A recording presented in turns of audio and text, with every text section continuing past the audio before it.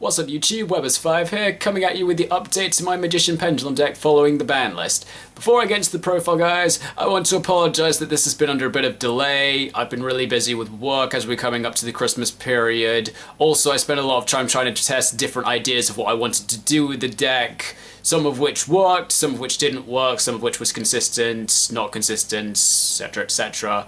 One of the things I really wanted to try was Utopic Zexal, but as it turns out there is absolutely no consistent rank up card you can play in this deck right now.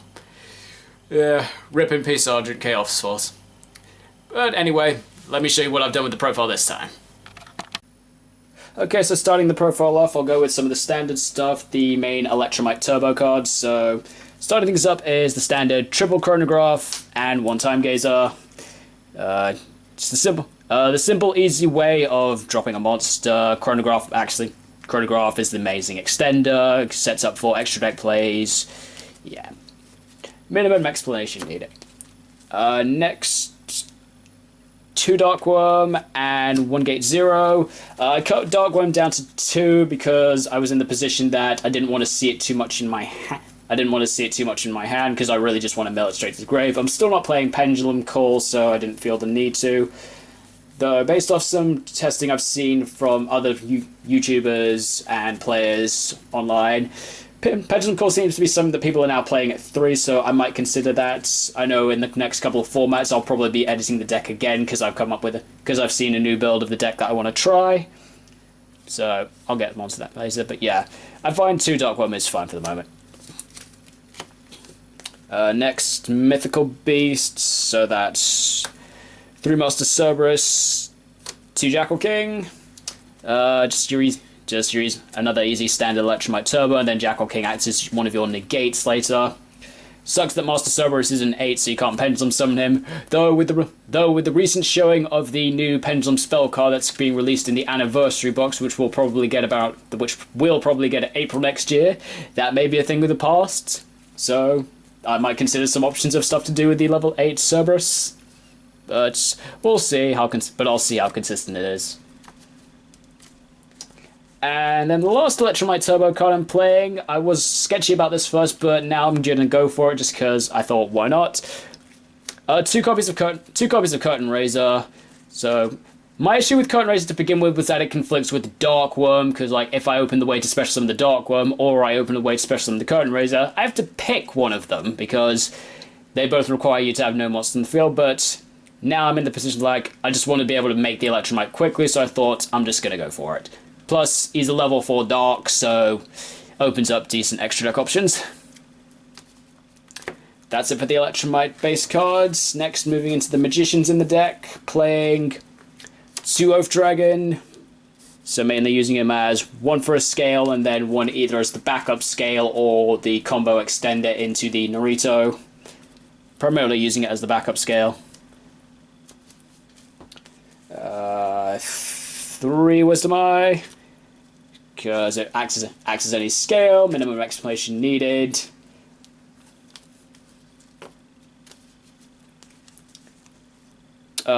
Triple Harmonizing Magician, way to tutor out a Magician from the deck to open up your extra deck plays. Tuner, she's like one of the best cards in the deck, by far. I say one of the best cards, she probably is in fact the best card in the deck. 2 Black Fang, I cut this down from 3 a couple sets ago when I started trying some newer stuff in the deck. And I'm finding 2 is just the best number, really. So, liking it at 2, so that's fine. 2 Purple Poison. Just an extra Magician, main level 4 I float off the Harmonizing to set up for an extra deck play. I've seen a lot of builds like dropping this either to 1 or cutting it out completely. I'm still liking it for the moment, so I'm just going to keep it in. Maybe if the format changes a bit more, might cut it out, but we'll see over time. 1 Dissolver, because I still like him. Combo's really great with Chronograph if I special summon him off that, and then sets up for a fusion play.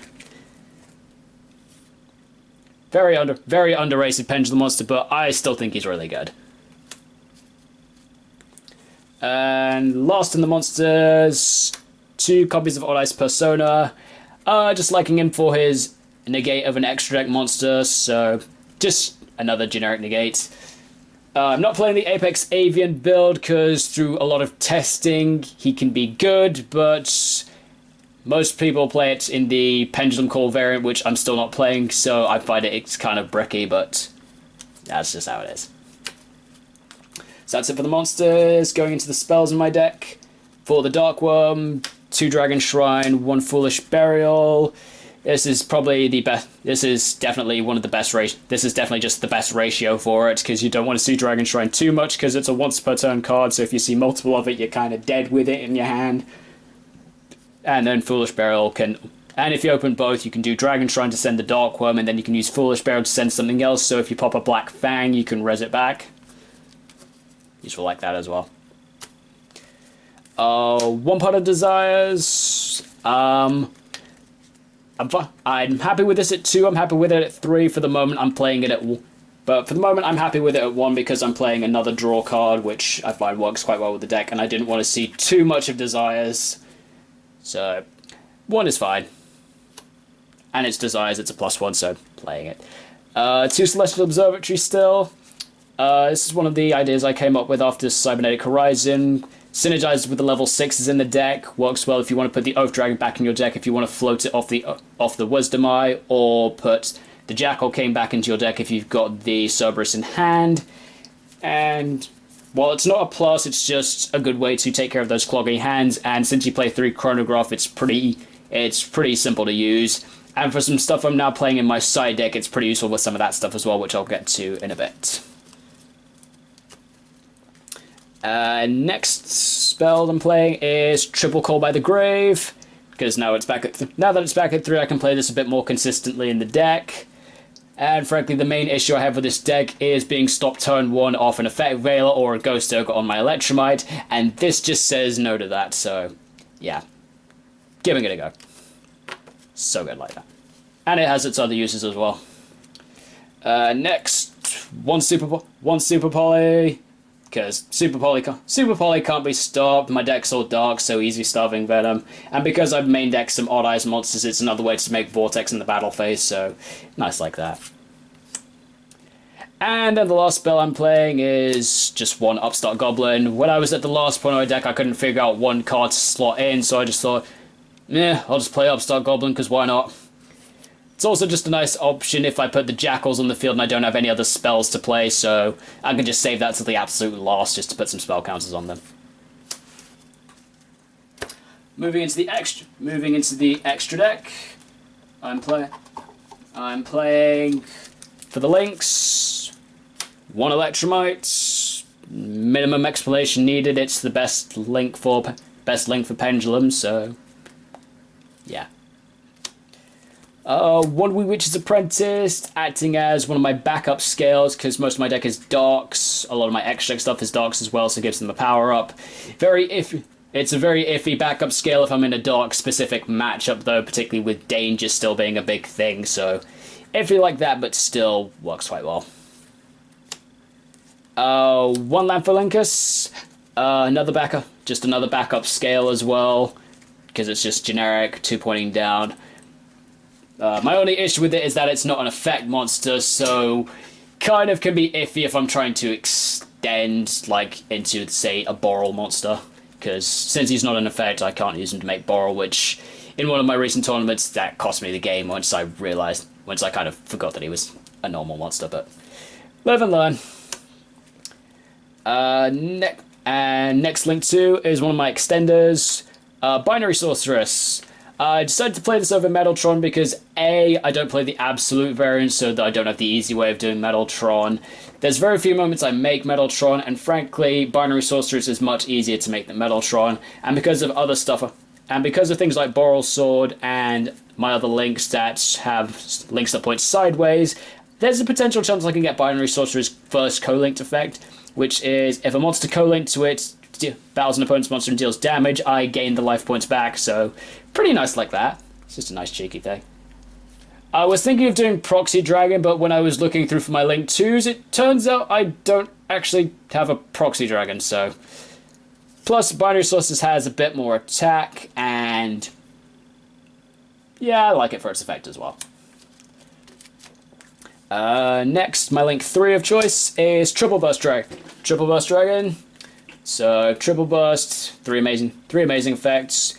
Deals piercing. So he deals piercing. He can negate something in the damage step, and he can tribute himself off except the turn he was summoned to bring back a link 2 or lower. So good way to set up into the borrow. Good way to set up into a borrow play, and also reuse my Electromites the turn after it was gone. And then the last link I'm playing, my link 4 of choice, Boral Sword, because Boral Sword's amazing. And helps push for those push for game, OTKs, lots of good stuff I can do with Boral Sword. Love it. So that's it for the links. I'm playing a lot more links now, actually, but links have just become so useful in terms of generic cards to have in your extra deck to help improve your situations. Moving into the XZs I'm playing one Abyss Dweller, just for grave-specific matchups, still very useful. Generally, 9 out of 10 times if I drop this going first, I generally win the game. Really useful, really easy to make. Next one I'm playing, this is a new addition I put in recently. One Evil Swarm Nightmare. So, Nightmare requires 2 level 4 Darks, which is another reason of why I'm playing the Curtain Raisers, because the Dark ratio is iffy, so it just made it a bit more consistent. And Nightmare's got a pretty useful effect of when your opponent special summons a monster, except in the damage step. Detach one, and then book those monsters. So, really useful to just stopping your opponent having monsters on the field. Doesn't work on links, but doesn't matter too much because his effect's not once per turn, which I quite like. That's why I decided to give it a go. And also, I feel it makes a nice option going first if I'm, say, game 2 or 3 when I now know what my opponent's playing. Dweller makes a solid turn. Best Dweller makes a pretty solid turn 1 XZs if you don't know what your opponent's doing, because it just probably covers a bit more. But it's a nice backup option, like, say, if I've got an idea of what my opponent's playing, or if I know what they're playing because I know the player. Next, one Nariso.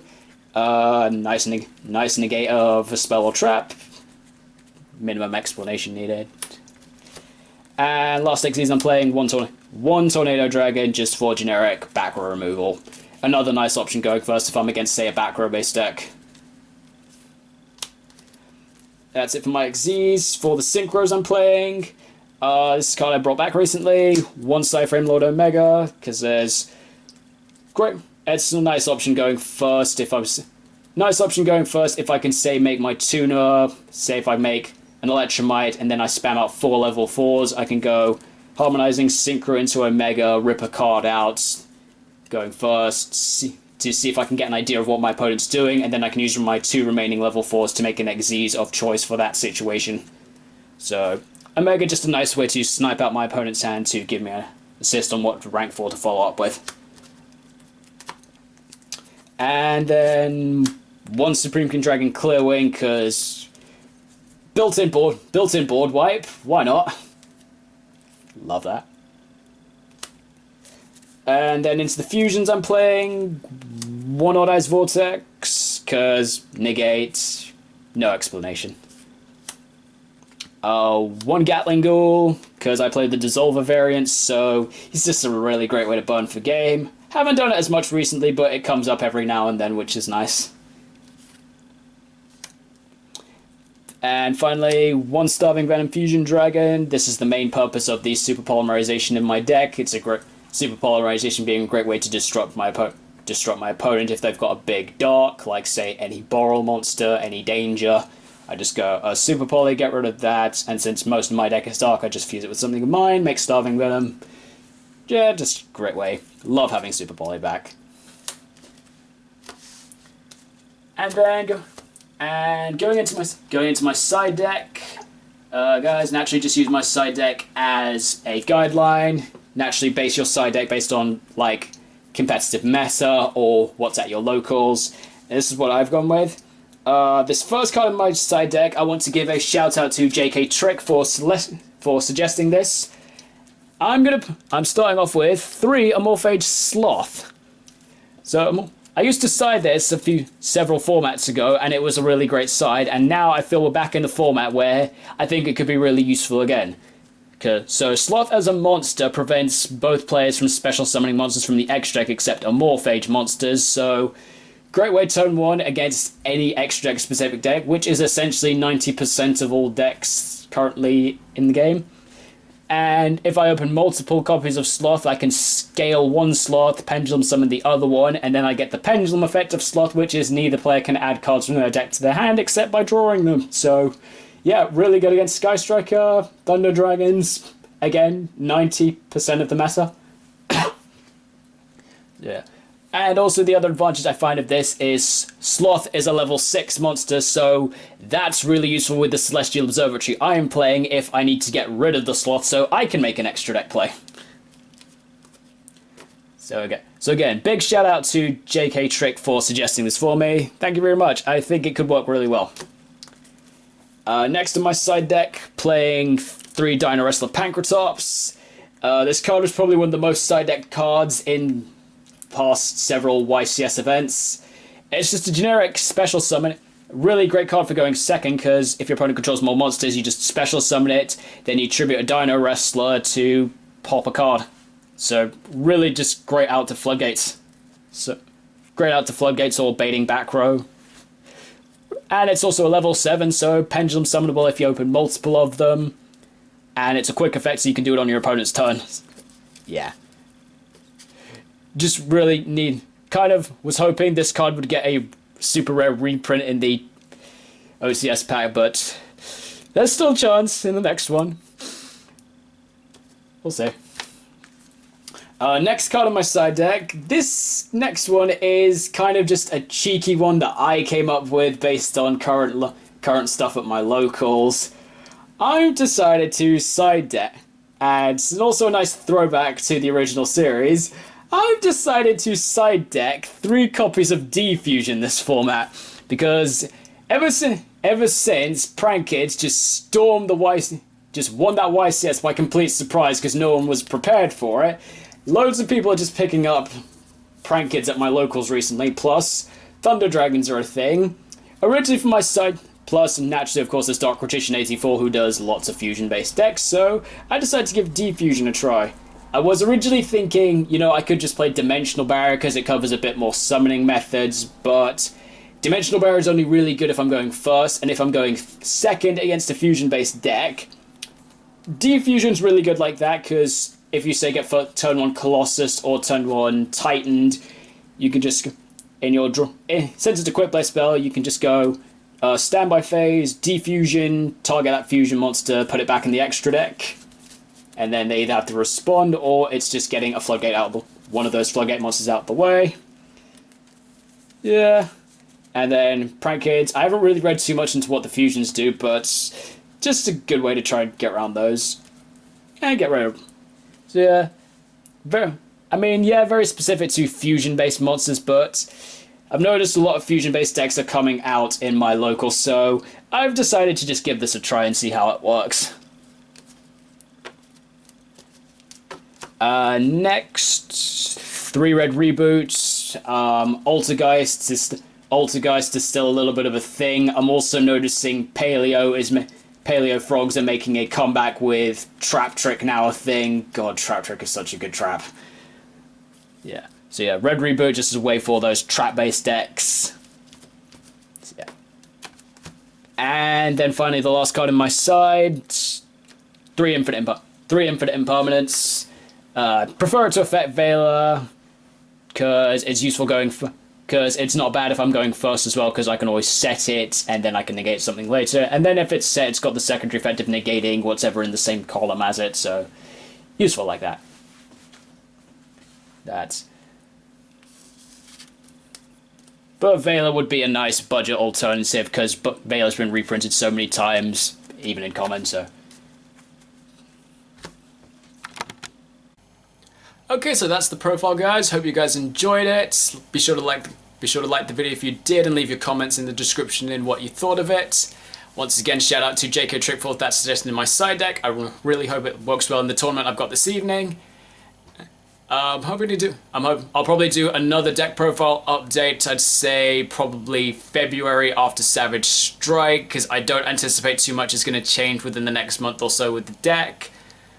And just a generic update here for any of you guys that have the Nintendo Switch and have picked up the new Smash Bros. Game. I'm always looking for some new competition, so feel free to add me up. My Switch name is the same as my YouTubing name, so yeah, hoping to get a bit more competition in.